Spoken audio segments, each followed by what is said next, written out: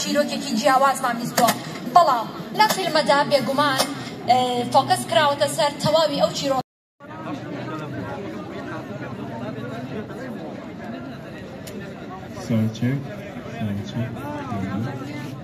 Vamos, ahora vou pegar.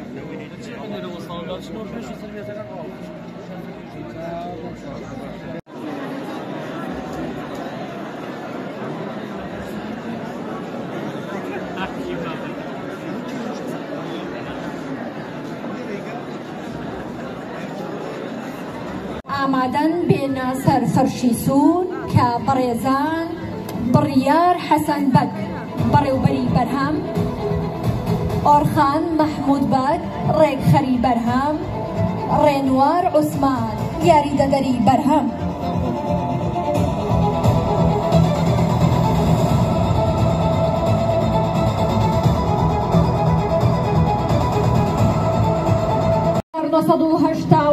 بەکر ساڵح کەسایەتی ساڵح بەرجەستە دەکات لە نێو فیلمی 1988 بە چەپڵەکانتان. شوازی لە یەکێک لە ئاکتەرە دیارەکانی نێو فیلمی 1988 دەکەین.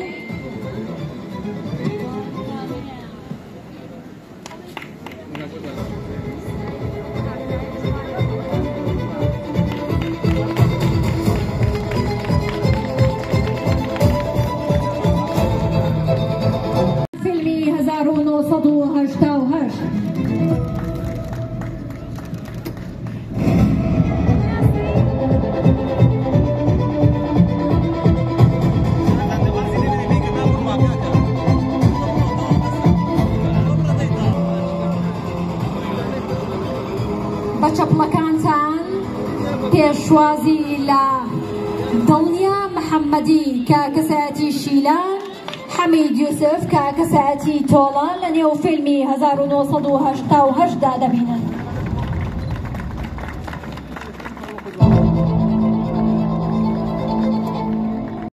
دیزاینەری پرۆدەکشن ئەیوبانی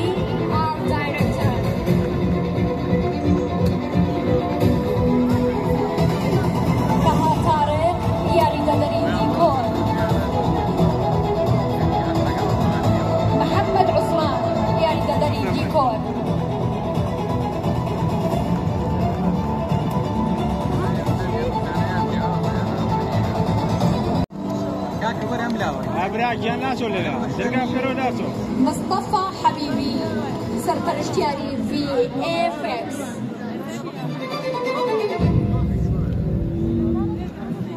پویان شاروخی سرپرشتیاری 3D.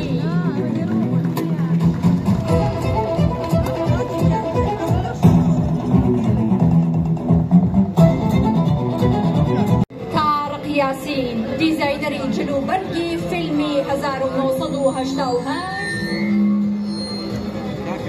دێتە سەر فەرشی سوور پێشوازیان لێ دەکەین.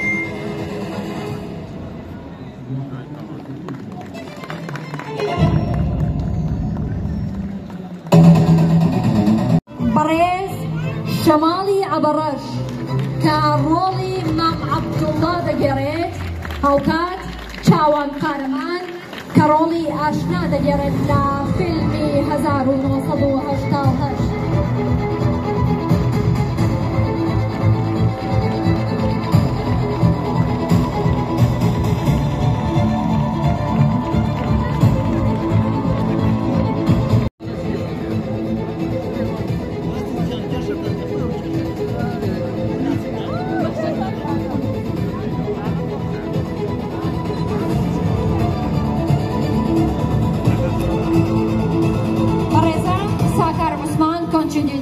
نڤار یاسین کڵاپەر لانە دیار باکستەیج.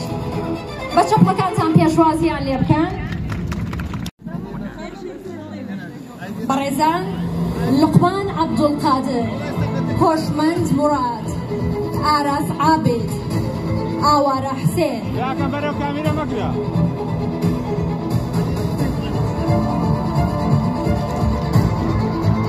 چەپڵەیەکی گەرم بۆ کۆمەڵی قوربانیانی تیمێبارانی هەڵەبجە پێشوازی لێ بکەن.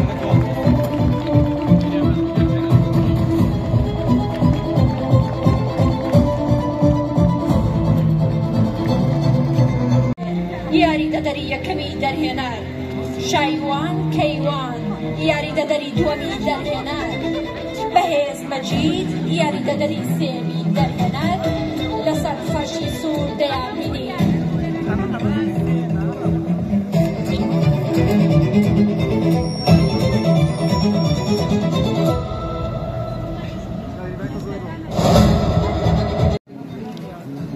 سروش سەردار بەڕێوبەری کاستین،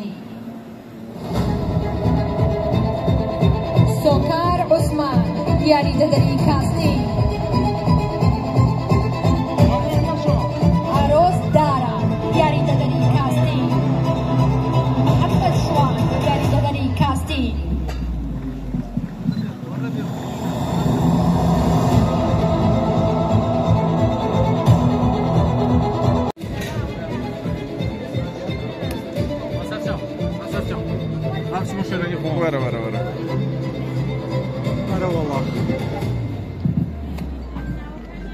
بەڕێزان بەهمەن عەزیز عەلی حوسێن کە یەکێکن لە کارکتەرە سەرەکیەکانی نێوفیلمی 1988 بە چەپڵەکانتان پێشوازیان لێ بکەن.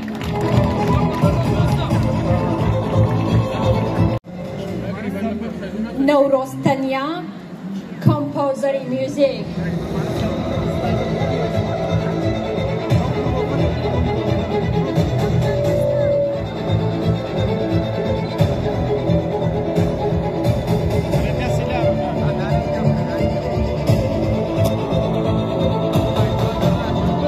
نڤار یاسین کڵاپەر لانە دیار باکستەیج.